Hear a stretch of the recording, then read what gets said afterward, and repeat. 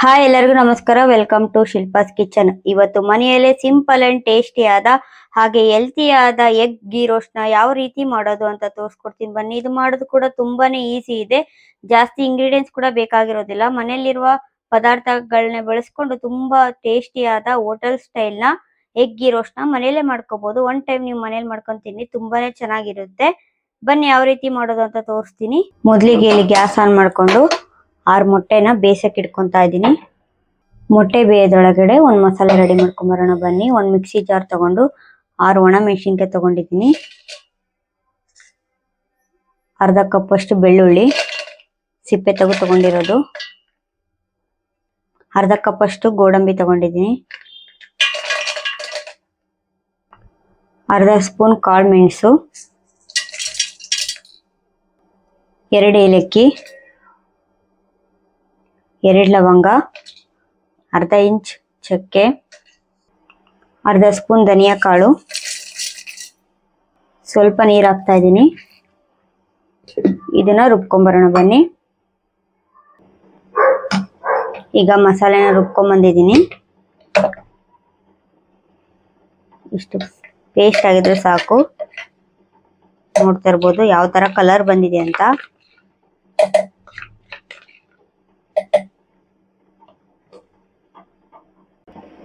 ಈಗ ಮೊಟ್ಟೆಗಳು ಬೆಂದಿದೆ, ಆಫ್ ಮಾಡಿ ಸೈಡಿಗೆ ತಕೊಂತಾ ಇದ್ದೀನಿ. ಗ್ಯಾಸ್ ಆನ್ ಮಾಡ್ಕೊಂಡು ಒಂದು ಪ್ಯಾನ್ ನ ಬಿಸಿ ಮಾಡಕ್ಕೆ ಇಟ್ಕೊಂತಾ ಇದ್ದೀನಿ. ಈಗ ಪ್ಯಾನ್ ಬಿಸಿ ಆಗಿದೆ, ಇದಕ್ಕೆ 2 ಸ್ಪೂನ್ ಅಷ್ಟು ತುಪ್ಪ ಹಾಕ್ತಾ ಇದ್ದೀನಿ.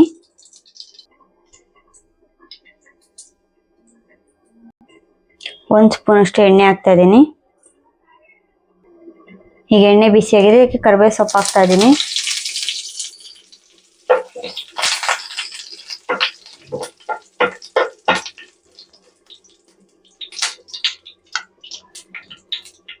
ಎರಡು ಕಟ್ ಮಾಡಿರೋ ಈರುಳ್ಳಿ ಹಾಕ್ತಾ ಇದ್ದೀನಿ. ಸಣ್ಣದಾಗಿ ಕಟ್ ಮಾಡಿ ಹಾಕೋಬೇಕು.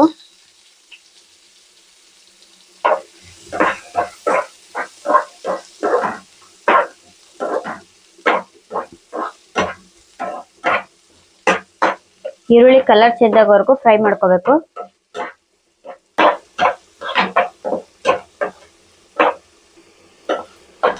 ಈಗ ಈರುಳ್ಳಿ ಫ್ರೈ ಆಗಿದೆ. ಈಗ ರುಬ್ಬಿರೋ ಮಸಾಲೆನ ಹಾಕ್ತಾ ಇದ್ದೀನಿ.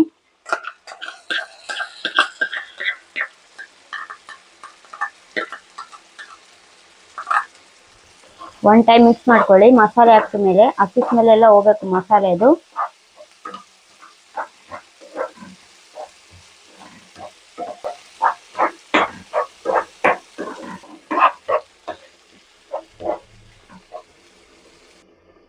ಈಗ ಅರ್ಧ ಸ್ಪೂನ್ ಅಷ್ಟು ಗರಂ ಮಸಾಲೆ ಹಾಕ್ತಾ ಇದ್ದೀನಿ. ಮಸಾಲೆಗೆ ರುಚಿಗೆ ತಕ್ಕಷ್ಟು ಉಪ್ಪು ಮಿಕ್ಸ್ ಮಾಡ್ಕೊಳ್ಳಿ.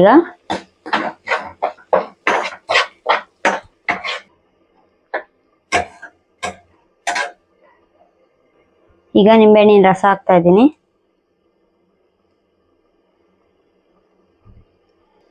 ನಿಂಬೆಹಣ್ಣಿನ ರಸ ಹಾಕಿದ ಮೇಲೆ ಒಂದು ಟೈಮ್ ಮಿಕ್ಸ್ ಮಾಡ್ಕೊಳ್ಳಿ.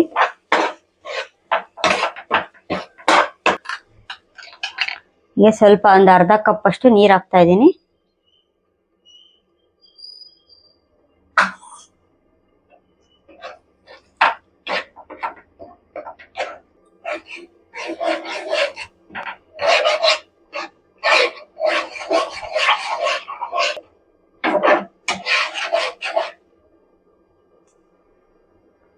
ಈಗ ಒಂದು 5 ಮಿನಿಟ್ಸ್ ಕುದಿಯಕ್ಕೆ ಬಿಡೋಣ.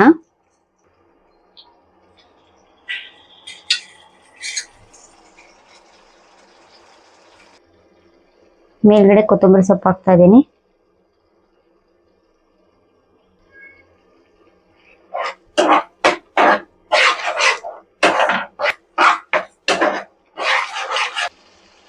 ಈಗ ನೋಡ್ತಿರ್ಬೋದು ಸುತ್ತಲೂ ಯಾವ ತರ ಎಣ್ಣೆ ಬಿಟ್ಕೊಂಡ್ ಬರ್ತಾ ಇದೆ ಅಂತ. ಈಗ ಈ ತರ ಬೇಯಿಸಿರೋ ಮೊಟ್ಟೆನ ಸಣ್ಣದಾಗಿ ಸ್ಲೈಸಸ್ ಆಗಿ ಕಟ್ ಮಾಡಿ ಇಟ್ಕೊಂಡಿದ್ದೀನಿ. ಅದನ್ನ ಹಾಕ್ತಾ ಇದ್ದೀನಿ. ನಾನಿಲ್ಲಿ 6 ಮೊಟ್ಟೆ ತಗೊಂಡಿದ್ದೀನಿ.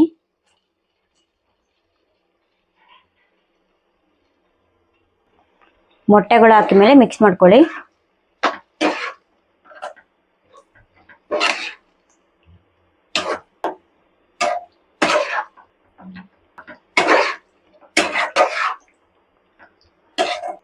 ಒಂದ್ ನಿಮಿಷ ಹಾಗೆ ಬಿಡೋಣ.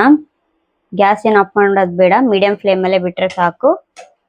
ಯಾಕೆಂದ್ರೆ ಜಾಸ್ತಿ ಬೇಯಿಸೋ ಅವಶ್ಯಕತೆ ಇಲ್ಲ, ಯಾಕಂದ್ರೆ ಆಲ್ರೆಡಿ ಮೊಟ್ಟೆಗಳು ಬೇಯಿಸಿರೋದು. ಹಾಗಾಗಿ ಮೇಲ್ಗಡೆ ಕೊತ್ತಂಬರಿ ಸೊಪ್ಪು ಹಾಕ್ತಾ ಇದೀನಿ.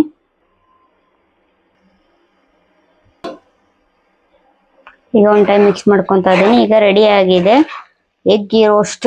ನೋಡಿದ್ರಲ್ಲ ಎಷ್ಟು ಸಿಂಪಲ್ ಅಂಡ್ ಟೇಸ್ಟಿಯಾಗಿ ಮನೇಲೆ ಮಾಡ್ಕೋಬಹುದು ಅಂತ. ನೀವು ಒಂದು ಟೈಮ್ ಮನೇಲಿ ಮಾಡ್ಕೊಂತೀನಿ, ತುಂಬಾನೇ ಚೆನ್ನಾಗಿರುತ್ತೆ. ಜಾಸ್ತಿ ಇಂಗ್ರೀಡಿಯೆಂಟ್ಸ್ ಕೂಡ ಬೇಕಾಗಿರೋದಿಲ್ಲ. ಈಗ ಎಗ್ ಗೀ ರೋಸ್ಟ್ ರೆಡಿ ಆಗಿದೆ. ಇದು ಚಪಾತಿಗೆ, ರೊಟ್ಟಿಗೆ, ಹಾಗೆ ಅನ್ನಕ್ಕೆ ಒಳ್ಳೆ ಸೂಪರ್ ಕಾಂಬಿನೇಷನ್ ಅಂತಾನೆ ಹೇಳ್ಬೋದು. ಒನ್ ಟೈಮ್ ನೀವು ಮನೇಲಿ ಮಾಡ್ಕೊಂಡು ತಿಂದು ನೋಡಿ, ತುಂಬಾನೇ ಚೆನ್ನಾಗಿರುತ್ತೆ.